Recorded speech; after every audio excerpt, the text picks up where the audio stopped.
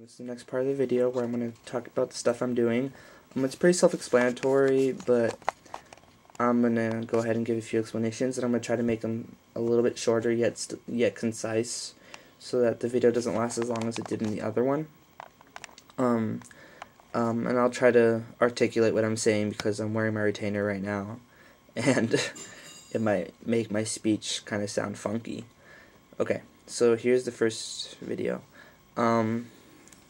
As you can see, I'm using the foam roller, and this set of videos is about self-assisted stretching, as I called it. And so I'm using the foam roller, and basically what's happening right now is I'm using it to help stretch my back. And I use my foam roller mostly for warm-up, and I use it less for when I'm already warmed up. I'll switch to the ankle weights for when I'm actually training. So right now what I'm doing is I'm emphasizing the stretch on my upper back. So this is going to work this part of my back right here, right there. The roller is just below my knees. Never put the roller directly on your knees because that's just going to mess them up / it's going to hurt. But the idea is that you're getting an extra stretch in your lower back because your legs are elevated and they're not at level with the floor. So it's going to create that sharper angle. Another thing is make sure to keep your arms straight. Don't keep them bent. Keep them straight when you're holding this position because it'll make it easier. And also you'll notice that I'm actually on my fingertips in a way, like I'm up on my thumbs. Instead of my palms being flat, they're kind of up. Well, I just put them down, but they were a second ago. And by putting your hands that way, it's also going to give you a deeper stretch just because you're lifting your body higher off the ground. And what you're going to want to do when you're in the stretch is really just relax your hips down and really try to focus on getting those hips to touch the floor. And even if they don't, you should still feel a stretch. If you're not flexible enough to the point where your hips can rest on the ground, you should still want to try to feel that stretch. So I'm in this position. Notice how I'm kind of rolling back slowly past my knees. I'm in my lower thighs above my knees. And it's pretty much the same stretch, but now it's going to be more intense because the higher up the leg you go, the sharper that angle is going to be, and so what's going to happen is it's going to create a more intense stretch.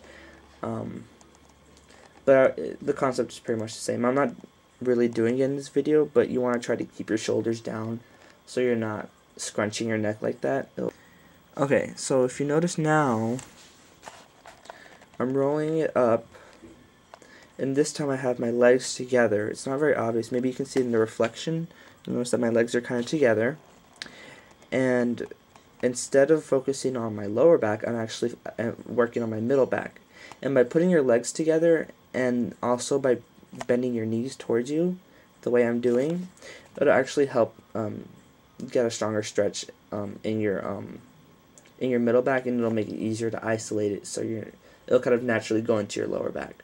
At the same time, if you put your legs together like that, it'll make it harder to stretch your lower back, but if you do try to stretch your lower back with your legs together, it'll make it more intense. So, and also when you're trying to stretch your lower back, make sure you rest your ribs into the ground. You can go on your elbows. Mine aren't completely on the ground, but I think it's easier to stretch back when you kind of have your elbows bent. It seems to help get that arch. As I move the foam roller so that it's against the wall in my room, I'm filming my own reflection, so my body's going to look a little distorted.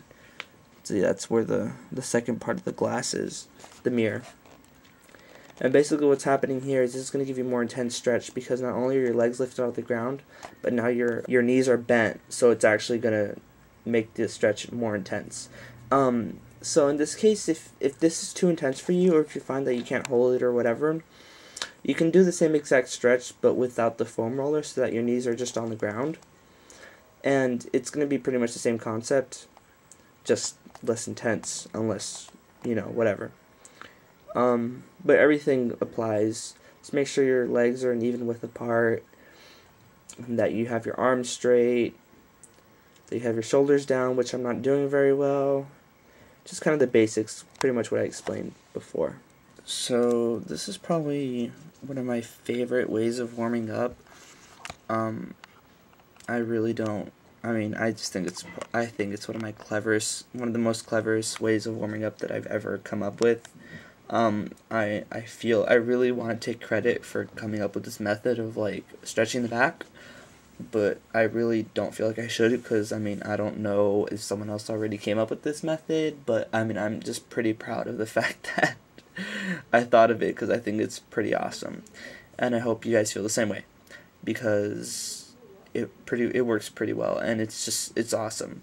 So without further ado, let me introduce you to the amazing TheraBand thingamabob that I was having such a hard time explaining earlier. So before I start, you noticed, let me just start by adding that you noticed how I had it attached to my bed. And, you know, I guess that's just my bed. Beds are made differently, so they're not all like that. But I'm sure there's something around the house that you can wrap it around or you can tie it to that'll create the same effect. And also, I mean, I'll show you another video where I do something very similar, but with the ankle weights. That could probably be done as an alternative. It's just that with the ankle weights, it's a lot more intense, and I wouldn't consider it a warm-up the way I do with these. So here we go. So if you notice, I'm facing away from where I tied them up, and I'm grabbing one handle in each of my hands, right? And notice how easily you can pick up your body. So the first thing I'm doing is I'm kind of focusing the stretch on my shoulders and middle back. You'll notice that my middle back is totally on the floor. You can tell because my ribs are resting. You'll be able to tell when they are because your ribs are pretty much rested. And so by forcing my body to not go any higher than where my ribs are, it helps isolate that part of my back. So middle, upper, and shoulders. But it's really going to work your middle above everything else. And I'm kind of going back and forth to get, you know, some motion in there to kind of just warm it up. And now I'm lifting my body up, and so the emphasis is slowly going to switch from just my middle and upper, and it's going to go, it's going to lower into my lower back as well. So now I'm kind of getting an overall stretch now. And this is what I was talking about, how it's very similar to getting back torture, because you'll get torture and it'll kind of look the very same like this. Right now, the stretch is not as intense. That's the thing with this stretch, is that you can, it can vary in intensity depending on how far away you are from the bands. So the more you're stretching them, the more intense stretch you're going to get. And also, it can really work for conditioning if you want to practice lifting up your back. Notice how I'm scooting forward now. And so what's going to happen is that the stretch,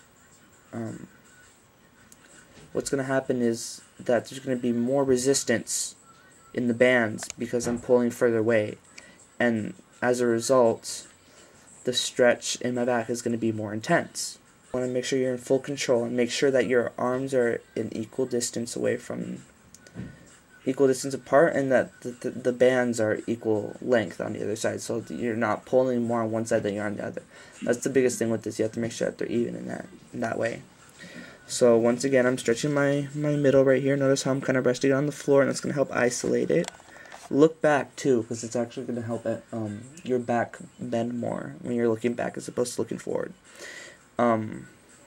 If you do have more flexible shoulders, this stretch might work better for your shoulders than it does for mine, because mine are stiffer, so it doesn't really help them as much as I would like them to, although I do feel a stretch. Also, notice the placement of my hands. I don't know if you can see it very well, but if you're grabbing onto the handle of the band, and you have your hands bent back, like kind of like if you if you have your hand bent back like this, the stretch is gonna not be as intense as opposed to when you grab it with your arm kind of in like that, kind of like a ugly claw. It'll actually make it more intense, because that simple hand movement from here to here is gonna create just that much more resistance in the bands, which is never a bad thing, you know. So right now they're kind of arched back, but notice how I'm pulling them forward now, and that makes the stretch more intense. Okay. So that's another good thing about this stretch.